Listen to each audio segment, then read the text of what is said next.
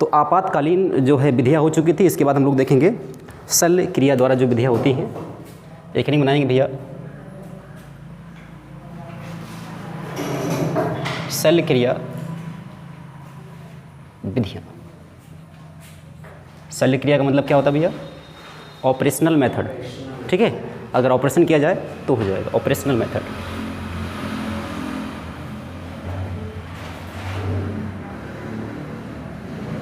Operational method, ठीक है। अब ये मेल में अलग होगा, फीमेल में अलग होगा, दो टाइप से आप देख सकते हैं। तो पहले हम लोग देखेंगे जो है मेल के बारे में, या फीमेल देख लो, कोई दिक्कत नहीं। चलिए, तो पहला बनाएंगे हेडिंग भैया,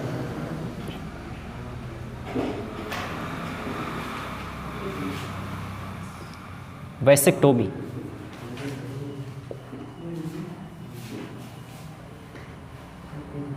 वैसेक्टोमी हेडिंग बनाएंगे वैसेक्टोमी, ठीक है। बहुत डिटेल में नहीं जाएंगे, जो एग्जाम में आने लायक वही पढ़ेंगे, ठीक है। हाँ, और अभी ये तुरंत ये पार्ट हम लोग ख़त्म करेंगे जल्दी से। चलो भैया, वैसेक्टोमी। चलिए, अब बताइए कि वैसेक्टोमी यहाँ पर एक शब्द है और इसमें एक शब्द जुड़ा हुआ है वैसेक या वैसे। तो ये बताता है कि हम बात कर रहे हैं टेस्टिस के उस एक ऐसे पार्ट को जिसे कहते हैं वास डिफरेंस। क्या कहते हैं? वास डिफरेंस या शुक्रवाहिका। क्या कहते हैं भैया? शुक्रवाहिका कहते हैं। तो इसी को जो है एक और नाम देते हैं, और वो नाम क्या भैया? इसी को बोलते हैं शुक्रवाहिका विच्छेदन। शुक्रवाहिका विच्छेदन, ये इसका दूसरा नाम है, ध्यान रखेंगे। अभी होता क्या है, जो शुक्रवाहिका है उसे काट देते हैं और बांध देते हैं, काट करके उसको बांध देते हैं। अब उससे फ़ायदा क्या हो रहा है? फ़ायदा ये हो रहा है, ज़रा डायग्राम को देखेंगे एक मिनट के लिए थोड़ा सा।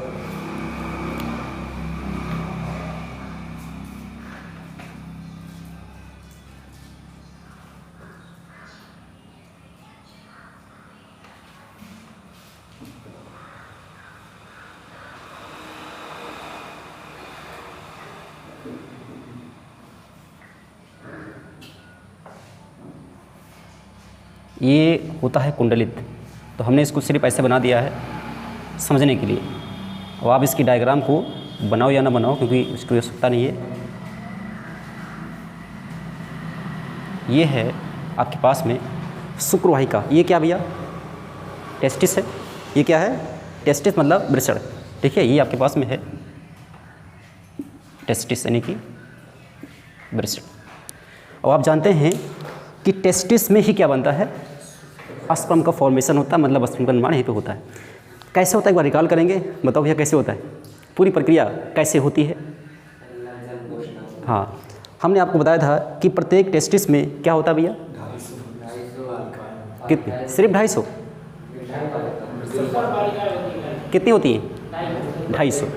हाँ, प्रत्येक वृषण में लगभग 250 क्या होती हैं? वृषण पालिकाएँ। और हाँ, और प्रत्येक वृषण पालिका में क्या होता भैया?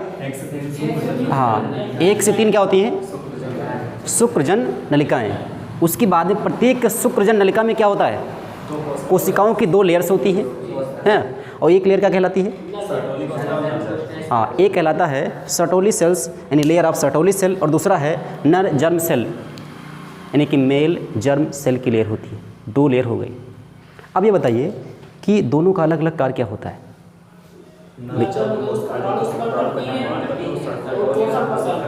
बिल्कुल सही। जो नर जन्म कोशिकाएं हैं वो बनाती हैं स्पर्म को, मतलब कि श्वान को बनाती हैं, जबकि सर्टोली कोशिकाएं क्या करती हैं भैया? बने हुए स्पर्म का क्या करती हैं? पोषण यानी कि न्यूट्रिशन देती हैं। दूसरी चीज़, कैसे बनता है?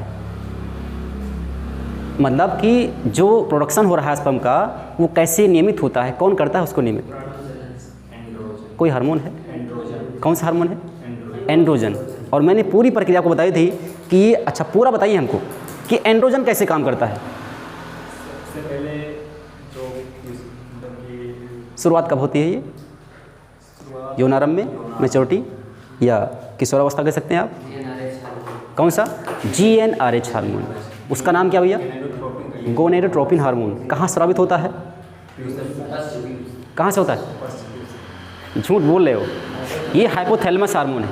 कैसा है? हाइपोथैलेमिक हार्मोन है। और जब ये स्रावित होता है तो इसका जो मैसेज है, संदेश कहा जाता है पश्च पिट्यूटरी पे, है ना, इंटीरियर पिट्यूटरी पे। हाइपोथैलेमस भी होता है ब्रेन में ही, दिमाग में हाइपोथैलेमस भी होता है। क्या? हाइपोथैलेमस एक जो है पार्ट है ब्रेन का, ठीक है, जिससे आपको भूख लगती है, प्यास लगता है, बाकी चीज़ें होती हैं, और वहीं से जो है GnRH स्रावित होता है। क्लियर हुआ? अब वो जा करके किस पे काम करेगा? Interior pituitary. पहले कहाँ काम करेगा? अब जब भी हम सिर्फ याद रखते हैं, मतलब वही पश्च पीयूष ग्रंथि पे, ठीक है, वो क्या काम करेगा? LH और FSH को स्रावित करेगा। अब वो सीधे कहाँ आएगा? वृषण में आएगा। अब यहाँ पे किस पे काम करेगा? एंड्रोजन पे काम करेगा। कौन करेगा एंड्रोजन पे काम? LH करेगा, एंड्रोजन पे काम करेगा। और दूसरा जो FSH किस पे काम करेगा? सर्टोली कोशिका पे। इसको भूलिएगा नहीं। और सेम प्रोसेस जो है अंड जनन के केस में भी है कि नहीं? लेकिन वहाँ पर हार्मोन्स चेंज होते हैं, ध्यान रखना इस बात को। चलिए, तो टेस्टिस में यहाँ पर स्पर्म बनने के बाद में यहाँ पर पहले तो मैच्योर होंगे। इसके लिए बहुत ही लंबी एपिडाइमिस है जो कि कुंडलित है। यहाँ पर स्पर्म क्या होते हैं? मैच्योर होते हैं। क्या होते हैं भैया? मैच्योर होते हैं, परिपक्व होते हैं। परिपक्व होने के बाद में ये सीधे जाता है किसमें? शुक्राशय में लगा होता है। शुक्राशय जो है एक ऐसा पार्ट है जिसमें स्पर्म स्टोर होते हैं, मैच्योर होते हैं और ज़्यादा। लेकिन अभी हम क्या काम करेंगे भैया? इसको यहाँ से अगर काट दें, यहाँ से हमने इसको काट दिया ऐसे, और घुमा करके हमने इसको ऐसे बांध दिया, इसको हमने ऐसे मोड़ करके ऐसे बांध दिया, ऐसे यहाँ से हमने इसको बांध दिया। अब बताइए, स्पर्म का प्रोडक्शन तो हो रहा है, लेकिन ये जो है आगे नहीं बढ़ रहा है, मतलब कि शुक्राशय में जा रहा है। और शुक्राशय में अगर नहीं जाएगा तो मैथुन क्रिया के दौरान ये बाहर भी नहीं आएगा, ठीक है ना भैया? और बाहर अगर नहीं आएगा तो प्रेगनेंसी नहीं हो पाएगी, और ये भी एक विधि हो जाएगी प्रेगनेंसी को रोकने के लिए, ठीक है ना? तो ये तरीका हो जाएगा। इसमें क्या कहते हैं भैया? देखिए, ये जो शुक्रवाहिनी है इसी को काट करके बांध देते हैं, सिंपल बात है, ठीक है ना भैया? हाँ, तो इसको यहाँ पर लिखना है, इसको समझना है। समझ गए होंगे? ठीक, तो इसमें थोड़ा सा लिख लीजिए। लिखिए, इस प्रक्रिया में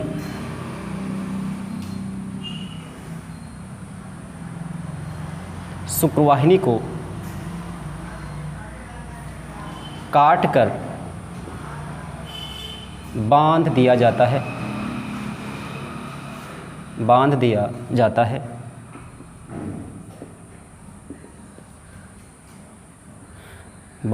है। जिसके कारण शुक्राणुओं का मार्ग अवरुद्ध हो जाता है, मार्ग अवरुद्ध हो जाता है, ठीक है? ये बात आप नोट करेंगे, पहला पॉइंट।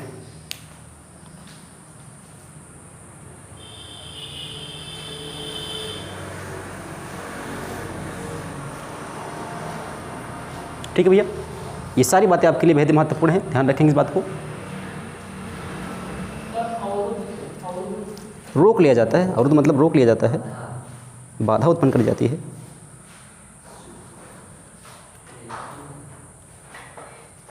ठीक है, अवरुद्ध कर लिया जाता है। जैसे कि एंड्रोजन पर कार्य तो वैसे फीमेल में जो है एस्ट्रोजन पर कार्य नहीं, हम हाँ ये कह सकते हैं, लेकिन वहाँ पे जो हार्मोन है, जो वहाँ पे मेन हार्मोन है वो LH है। LH सर्ज होने पर ही ओवुलेशन होता है भैया, है कि नहीं? हमने सब बताया था आपको। अच्छा, लिखा हुआ है कि इस प्रक्रिया में शुक्रवाहिनी को काट कर बांध देते हैं। ये क्या हुआ? काट कर बांध दिया जाता है, जिसके कारण से शुक्राणु का मार्ग क्या जाता है भैया? अवरुद्ध हो जाता है, ठीक है ना भैया? और इस कारण हाँ, इस कारण मैथुन क्रिया के दौरान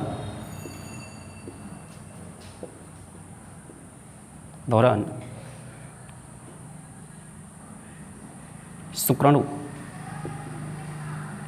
बाहर नहीं आ पाते हैं। अच्छा, सवाल ये बनता है कि भाई किशोरावस्था के बाद में ये लगातार इसका प्रोडक्शन होता रहेगा, बनता रहेगा, तो जब ये बाहर निकलेगा ना, जाएगा कहाँ? ये बताइए।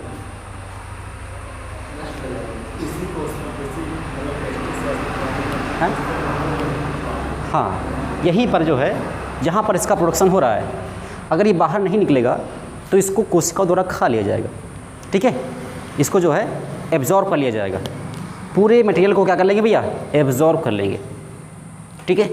हाँ, एक सवाल बनता है कि यहाँ पे क्या है, ये वैसेक्टोमी है, और इसके बाद किस में होता है, मेल में फीमेल में? मेल में होगा। क्या मेल में ट्यूबेक्टोमी के बाद में लिबिडो क्या होता है भैया? लिबिडो यहाँ पे लिखते हैं भैया, वैसेक्टोमी के पश्चात, ये लिबिडो अंग्रेजी वर्ड है। हाँ, पहले सुनिए क्या है ये। लिबिडो को बोलते हैं यौन इच्छा, हिंदी में कहते हैं यौन इच्छा। तो ये बताइए कि वैसेक्टोमी के बाद में जो यौन इच्छा, यौन सेक्सुअल डिज़ायर, ठीक है, हाँ, ये बताइए कि जो है वैसेक्टोमी के बाद में जो सेक्सुअल डिज़ायर है या यौन इच्छा है, ये ख़त्म हो जाएगा कि बनी रहेगी? बनी रहेगी भैया। सत्यानाश कर दिया होगा सब पूरा। ये बनी रहेगी। ठीक है, ये जो है सेक्सुअल डिज़ायर बनी रहेगी वैसेक्टोमी की। हाँ हाँ, लेकिन यहाँ पर सिर्फ इसको काट करके बांध रहे हैं, वहाँ पर भी ख़त्म नहीं होती। अब कैसा हो रहा है ये भी ध्यान देना उसमें। देखिए जानवर में, अब प्राकृतिक है, नेचुरल है, क्या हो रहा है भैया देखिएगा। यहाँ पे देखिए, सिर्फ यहाँ पर अगर ऐसा हो जाए कि यौन इच्छा ख़त्म ही हो जाए तो कौन कराएगा बताओ भाई, कौन कराएगा? कोई नहीं कराएगा वैसेक्टोमी। और ये बिल्कुल फ्री भी होता है। यहाँ देखिए, वैसेक्टोमी के पश्चात लिबिडो यथावत बना रहता है। यथावत मतलब कि ये है यौन इच्छा यथावत बनी रहती है, या पहले जैसी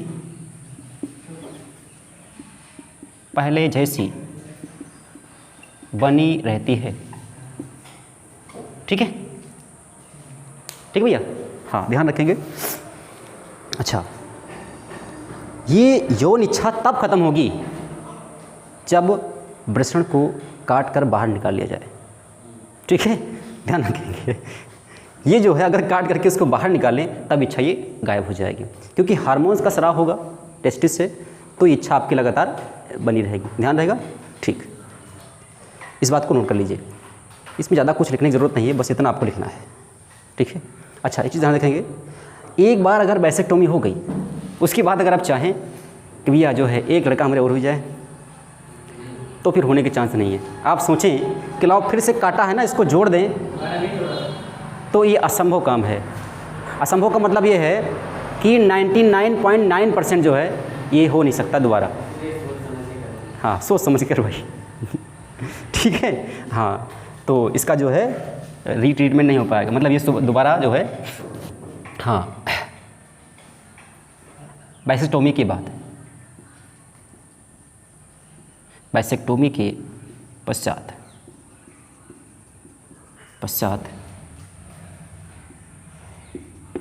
पुनः सामान्य रूप, मतलब पहले जैसा।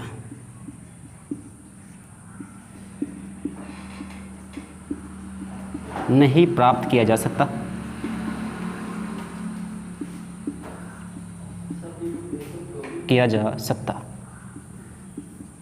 ठीक है, ये सिर्फ वही पॉइंट हैं जो आपको याद करना है, बाकी इसमें कोई महत्वपूर्ण पॉइंट जो था हमने सब लिखवा दिए। ठीक है।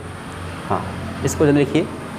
डायग्राम को थोड़ा सा बना लीजिए, छोटा सा, आपके लिए सही रहेगा। जल्दी से नोट कर लीजिए।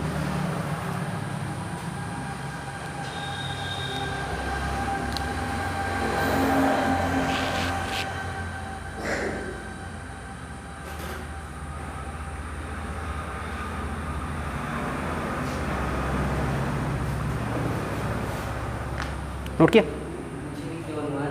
हाँ, ये ज़रूरी नहीं है, ये अपनी खुद की डिमांड है, अपनी डिज़ायर है तो करा सकते हो। चाइना में तो करवाते हैं। चाइना में ये जो है भाई, वहाँ पर भी ये बिल्कुल लीगल नहीं कहा गया कि आपको करवाना है। बस अगर आप जो है जनसंख्या पर नियंत्रण कर ले जा रहे हैं तो कोई दिक्कत नहीं है। अगर 2 3 4 बच्चे हो गए तो पकड़ के ज़बरदस्ती करवाएंगे। ठीक है, समझ रहे हो ना? ये अगर आप ठीक ठाक तरीके से सब कुछ ठीक है तो फिर कोई दिक्कत नहीं है, हाँ, तो प्रॉब्लम नहीं होगी। और समय यहाँ पर भी आएगा कि ये हो सकता है, ठीक है। इस बात का ध्यान रखेंगे कि वैसेक्टोमी के पश्चात यहाँ पर पुनः सामान्य रूप में नहीं प्राप्त कर सकते हैं, जबकि हमने इसके पहले जो चीज़ें बताई थी। अच्छा, अधिकतर जो है प्रेगनेंसी को रोकने के लिए जो भी तरीके हैं,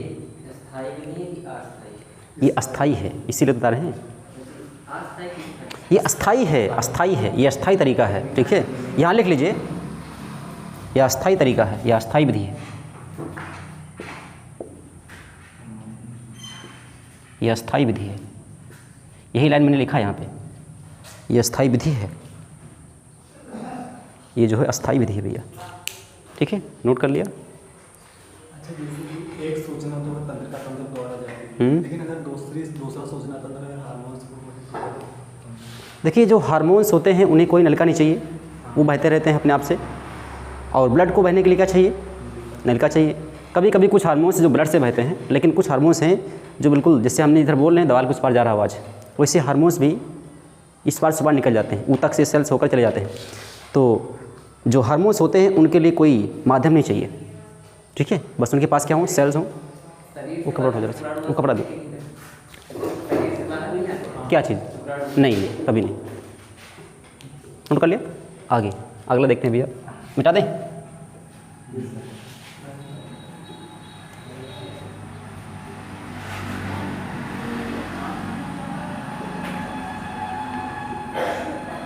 नेक्स्ट आइए, अगला देखेंगे, ट्यूबेक्टोमी, दूसरा आएंगे।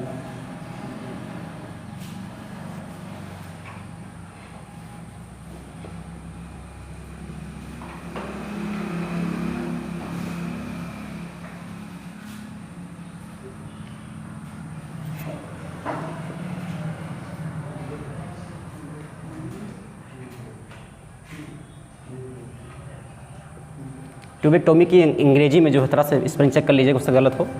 इसे कहते हैं, हाँ भैया, चाहे ट्यूबेक्टोमी लिखो और चाहे ट्यूबेक्टोमी लिखो, वो सही रहेगा, ठीक है। हाँ, यहाँ पे टी से टू हो गया। इसे बोलते हैं अंडवाहिनी विच्छेदन, अंडवाहिनी विच्छेदन, ठीक है। और कैसे होता है, क्या होता है, एक बार चेक करेंगे।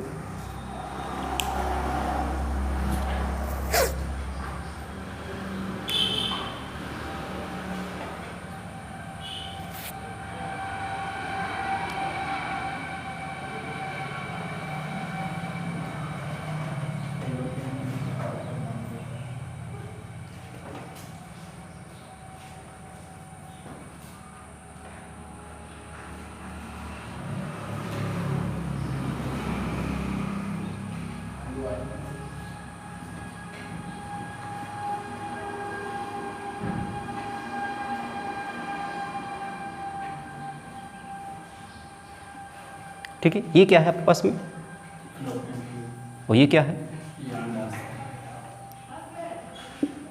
ठीक है। तो भैया अरफात बताइए, कितना अंडा से होता है, कितना अंडा से होता है? 2। एक बार आपने कहा था कि 200 होता है, कितना? अच्छा, वृषण बताया था। क्या चीज़? हाँ, कितनी होती है स्तन ग्रंथियाँ?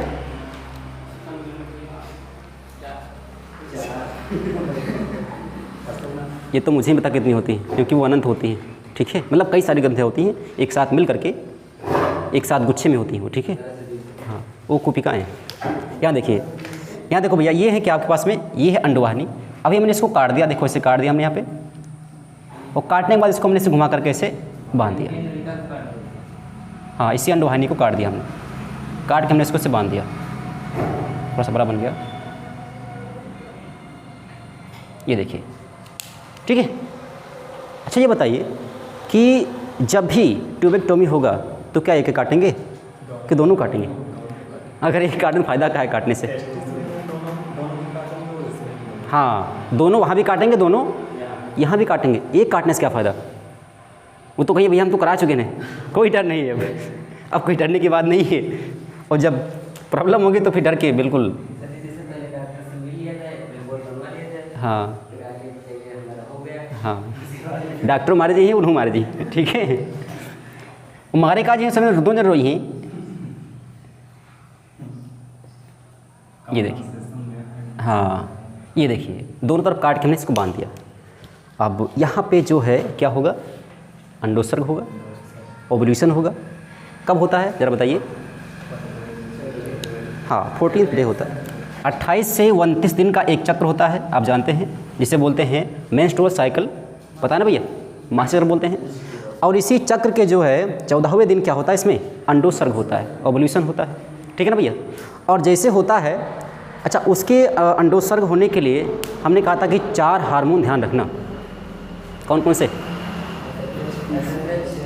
कौन कौन से? LH और FSH। कौन से हार्मोन है, कहाँ से निकलते हैं? LH और FSH कहाँ के आए? पीयूष ग्रंथि के हार्मोन है, बिल्कुल सही। और कौन से हार्मोन है? एस्ट्रोजन और प्रोजेस्टेरोन। वो कौन से हार्मोन है? कौन से? अंडाशय या गर्भाशय भी कैसे, कोई दिक्कत नहीं है, ठीक है। हाँ यूट्रस हार्मोन या फिर ओवेरियन हार्मोन। यहाँ पर अंडाशय से 14वें दिन क्या निकलेगा भैया? अंडे निकलेगा, अंडोत्सर्ग होगा। और अंड यहाँ से जैसे आगे बढ़ेगा, चल रहा है भैया, जा रहा है, किसने कब पकड़ा इसको? फिम्बरी या कीपक ने पकड़ लिया, आगे बढ़ेगा। यहाँ इसको कहाँ जाना था? एम्पुला पर या स्थमस पे जाना था, जहाँ पे क्या होता भैया? हाँ, लेकिन यहाँ पे क्या हुआ कि आगे बढ़ने के लिए अब जो है इसमें रुकावट हो गया है, अवरोध हो गया, अभी आगे नहीं जा पा रहा है, ठीक है। यही प्रक्रिया इधर भी होगी, दोनों तरफ, इधर समझिए सिर्फ। अब यहाँ से आगे जा ही नहीं पा रहा है, अब इसी में रह जा रहा है। हाँ बिल्कुल वही केस है यहाँ पे। आप बताइए कि वो जाएगा तो जाएगा कहाँ, बताइए? सवाल पहले सुनिएगा, ये तो समझ गए कि प्रॉब्लम क्या है, ठीक है। हाँ डेड हो जाएगा। अब जो है यहाँ पर बना हुआ अंडाणु कहाँ जाएगा, क्या होगा उसका?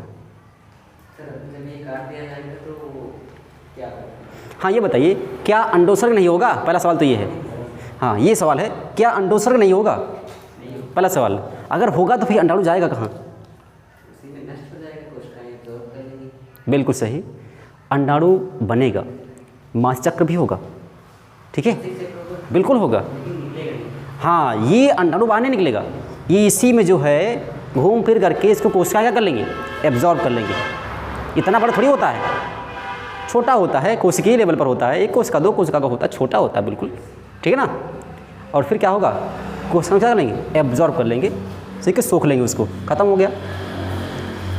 अंडोत्सर्ग भी होगा और मेंस्ट्रुअल फ्लो भी होगा, मासिक चक्र भी होगा, सब कुछ होगा, ठीक है। लेकिन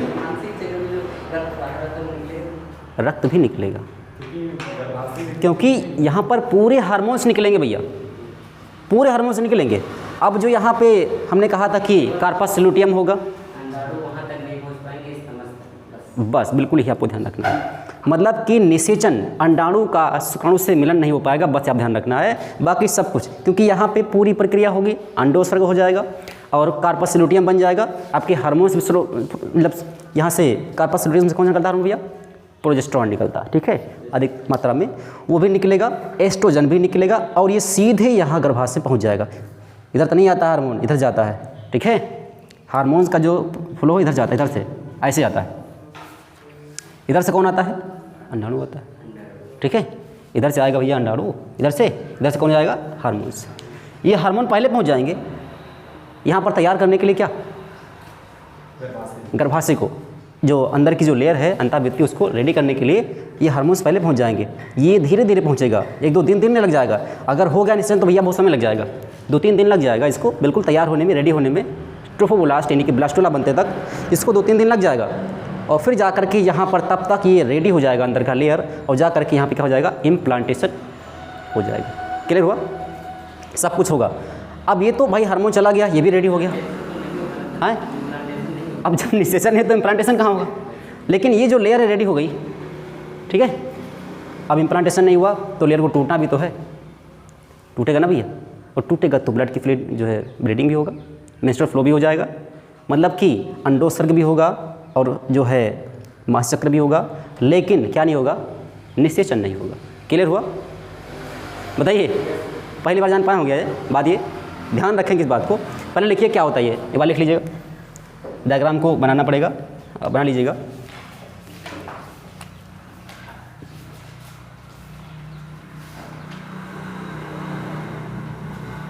इस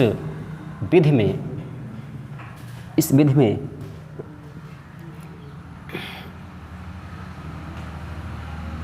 अंडवाहिनी को काट कर बांध दिया जाता है, बांध दिया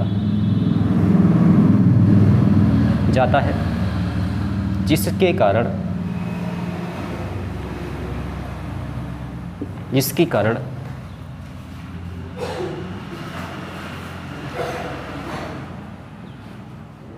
अंडाणु का मार्ग अवरुद्ध हो जाता है, अवरुद्ध हो जाता है और शुक्राणु या और मैथुन क्रिया के दौरान शुक्राणु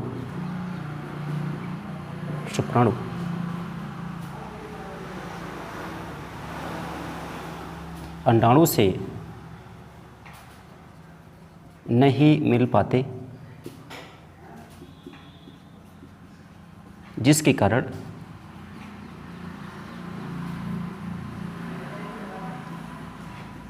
निषेचन नहीं होता,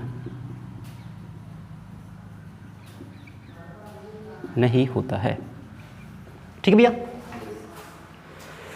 याद रखेंगे इस बात को। और एक पॉइंट आप नोट करेंगे और जो हमने बताया अभी आपसे,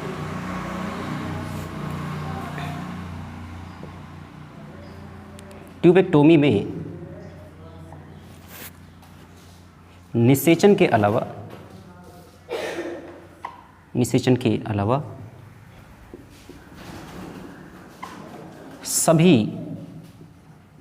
क्रियाएं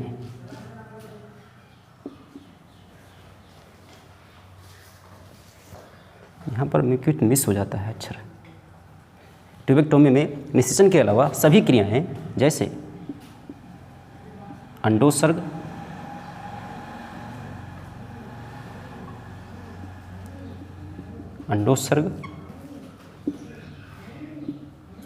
और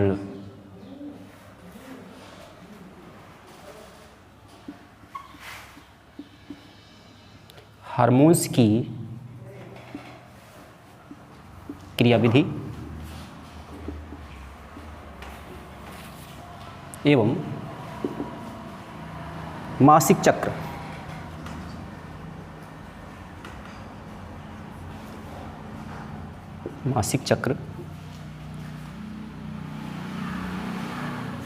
यथावत बना रहता है,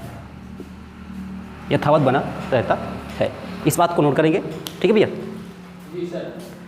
आइए सर, आपका स्वागत है इंस्पायर साइंस क्लास के इस बेहतरीन क्लास में। आइए, जल्दी बैठिए।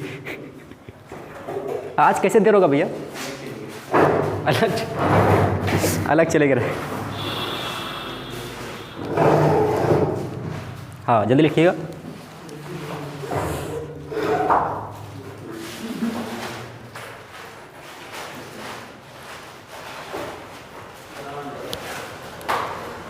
अच्छा, ये बताइए कि ट्यूबेक्टोमी में, भाई ट्यूबेक्टोमी हो गया है किसी महिला को, ये किस में होता है, महिला में पुरुष में?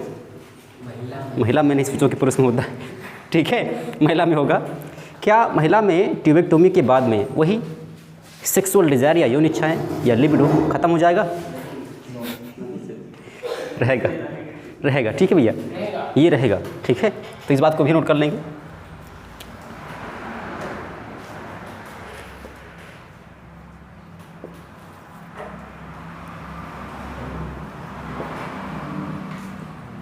इस विधि में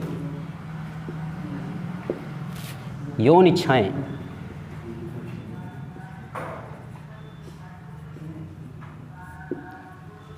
पहले जैसी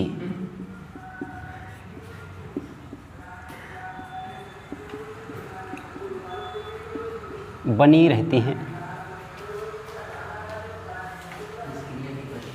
हाँ, इस विधि में यौन इच्छाएँ पहले जैसी बनी रहती हैं। ठीक है, आप समझ लीजिएगा, इस क्रिया के बाद या फिर विधि में, ठीक है, वही बात हुई। ये है अस्थाई विधि है भैया, और क्या। इसके बाद जो है कहानी ख़त्म, प्ले का बटन पॉज हो जाएगा, ठीक है, मतलब मर नहीं जाएंगे। आप समझिएगा ध्यान से। अब ये चीज़ें जो है आपको समझना है, बस इतना ही लिखना है, ज़्यादा कुछ इसमें खास नहीं लिखना है, ठीक है। हाँ,